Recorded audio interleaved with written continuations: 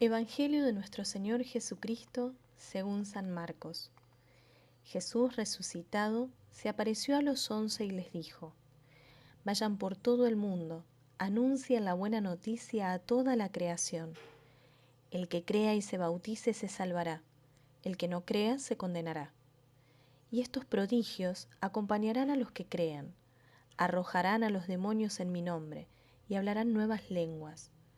Podrán tomar a las serpientes con sus manos, y si beben un veneno mortal, no les hará ningún daño. Impondrán las manos sobre los enfermos y los curarán. Después de decirles esto, el Señor Jesús fue llevado al cielo, y está sentado a la derecha de Dios. Ellos fueron a predicar por todas partes, y el Señor los asistía y confirmaba su palabra con los milagros que la acompañaban.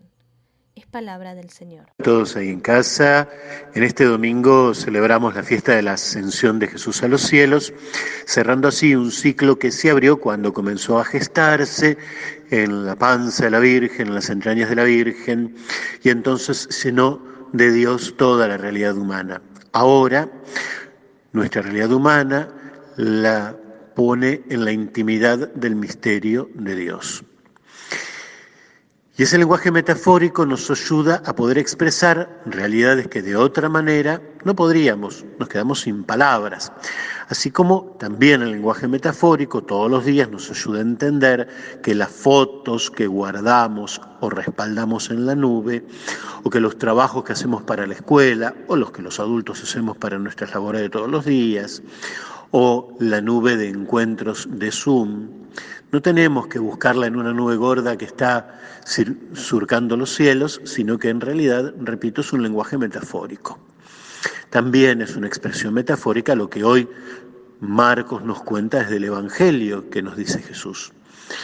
Expulsar, arrojar demonios tiene que ver con arrancar de esta realidad de todos los días la violencia, el odio, la indiferencia, la injusticia, el hambre. Esas realidades que lastiman lo humano, que ofenden lo humano. Aprender a hablar nuevas lenguas tiene que ver con poder entender la realidad de lo humano, aquello que los hombres podemos expresar con las palabras o que a veces gritamos desde el silencio, para saber cuáles son las angustias, las expectativas, los sueños, los proyectos, los miedos que tenemos todos.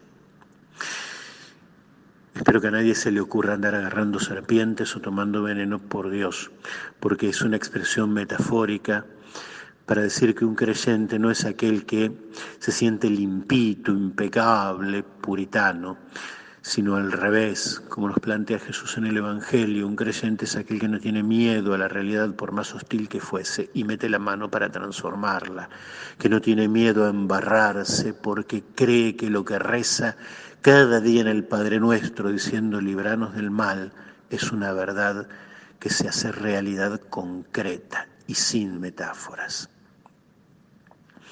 Un creyente es aquel que mete las manos en el mundo del dolor, del sufrimiento, porque sabe que en cada realidad de alguien que está enfermo está ese amigo Jesús que sufre y entiende que todo lo que toque en el mundo del dolor y del sufrimiento lo alivia, lo llena de vida.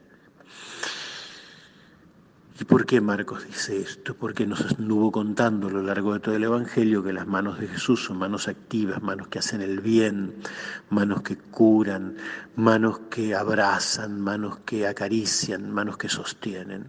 Las manos de un creyente tienen que ser exactamente igual de vitales que las manos de Jesús. Tienen que acercarle al hombre de hoy la ternura de Dios. Y por eso Marcos nos plantea esa realidad donde las cosas se dan en esa paradoja de un Jesús que está sentado junto a Dios y sin embargo está acompañando a sus discípulos que trabajan porque llena de vida esa realidad que los discípulos tocan. Ojalá que nosotros también encontremos en nuestras manos la expresión de esa ternura de Dios que puede transformar el mundo en el que vivimos. Abrazo la bendición y Dios mediante hasta la semana que viene.